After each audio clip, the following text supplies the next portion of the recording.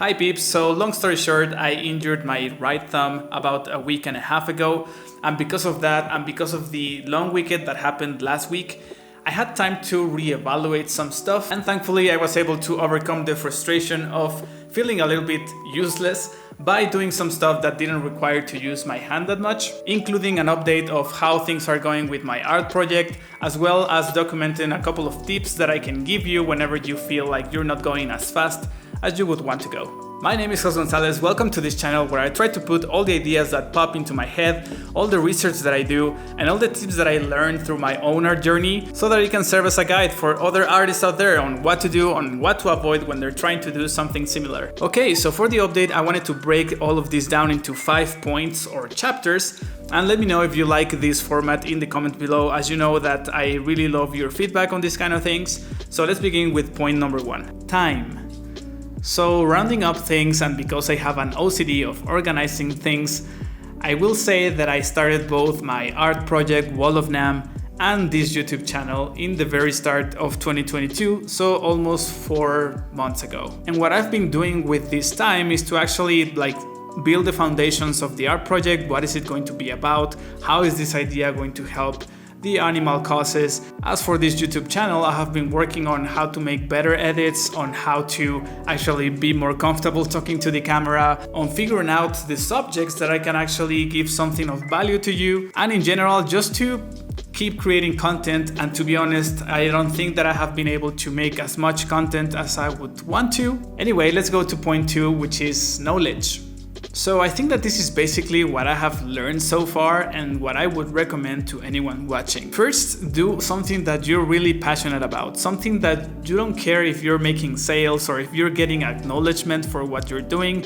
Just do something for the sake that you actually enjoy doing that. And for this, I recommend that you look for reasons that actually depend on you, such as maybe you want to create inspiring stories through comic books. On the other hand, I would avoid reasons that don't depend on you, such as maybe I want to become as famous as these other artists that I really like. Because I think that this is going to help you with the frustration times, because you're going to be able to do something about it. Like if you feel like your stories are not strong enough, you can always do more research and just improve on your stories on your own.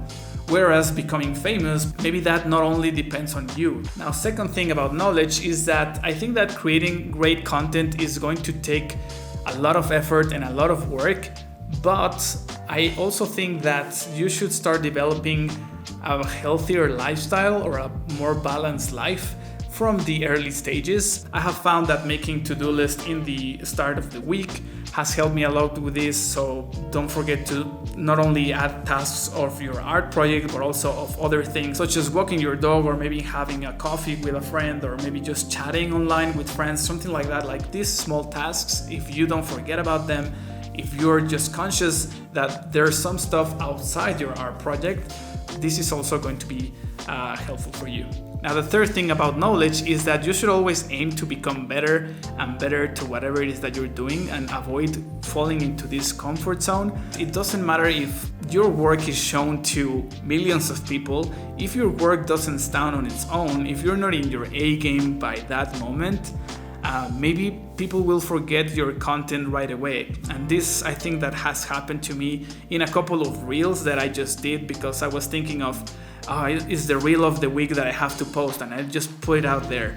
And to my surprise, it gets thousands of views, and I'm like, this video that I actually didn't put that much effort into actually was put into all of these people's eyes, and I wasted that opportunity. So I guess my advice here would be that you do have to be constant, but do put quality over quantity whenever you're trying to post things, I guess. Now, the fourth thing about knowledge that I gather from a couple of books and some YouTube videos is that you should take into account how is your content shareable.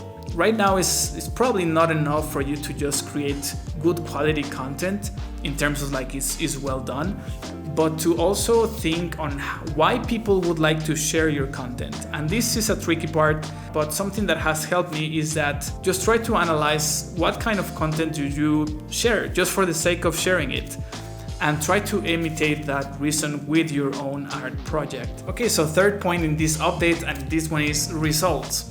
And these ones I'm actually going to read them out because I do not have the power to memorize them. In Instagram I have 100 followers, I have 1,105 likes, and I have 35,000 views. So this is what I was telling you about. I think I have had a very good opportunity for me to actually get more people to like my page or to follow my page throughout all of these views, but maybe because my content is simply not shareable or good enough, I haven't been able to do this, because you can see that I have the eyeballs in my work right now.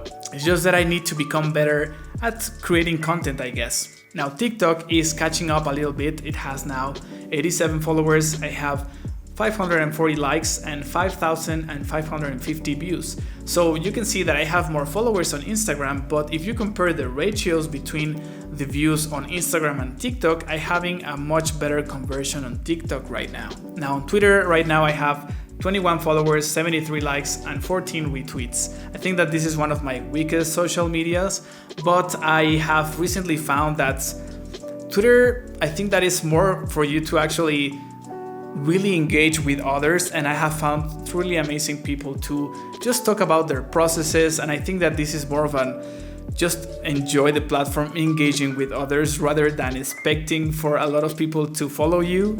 And this is my personal opinion as what is working for me, just to not go crazy with this frustration. But I wouldn't compare it to something like TikTok or Instagram that you actually just play something that is aesthetically good and people will start following you. I think it's more of a matter of really engaging and really caring for what others have to say. And Facebook, I have 56 followers and 48 likes. This is my youngest account, but I think that this is going to be the most powerful when it comes to growing an audience or building an audience from scratch, because it has really powerful tools for you to target audiences. So I believe that I will start to maybe just adding a little bit of money to these ad campaigns in Facebook just to see how that works, and I will let you know how that happens. But yeah, so far I haven't spent any money on ads, just to see how organically, like 100% organically, I could grow my audience, and I can see that it is going pretty slow. I really appreciate the people that are following me. If you just say that 100 people are actually like interested in what you're doing, I would say that that is really, really good. I feel really good about it. But if you take into account that maybe just a small percentage of those followers are actually seeing your content, and that if you take into account that even people that see your content, just a small percentage of those people are actually going to want to buy something from you, then probably I need to up my game in this. So yes, I think that in the next third of the year, I'm actually going to start just adding a little bit of money into these ads, and I'm going to start with Facebook to see just how it works. Now, also as part of the results, and it doesn't have to do with numbers, this actually has to do with an achievement that I think that it was really cool when I received this message. I happened to have the opportunity to talk a little bit with an artist that does art very related to what I want to do, and I would say that she is really successful. And she did exchange some words of wisdom about how her life was when she was starting and how her life is right now. And I would say that it was a good result, and I would summarize that I'm probably in a good track because I am putting the effort, because I am working on this mentality of trying new things all the time to try to have something valuable to my possible customers, and to focus on having a good lifestyle from the very beginning so that I don't end up hating what it is that I'm doing. So I think that I would count this as a result or an achievement for this first third of a year. And all of this brings us to point or chapter number 4, which is life balance. I think that for the past 4 months, I was feeling that I was getting less and less contact with my friends, and I was disappearing a lot in the beginning of the year. And I am trying to change that, because I have found that having a good balance in your life is not something that you just say like, oh yeah, I'm gonna have a good balance right now. Like, I'm gonna stop burning out and I'm going to just talk to my friends and that's that. So I think that having a good balance is actually another skill that you have to build by practice.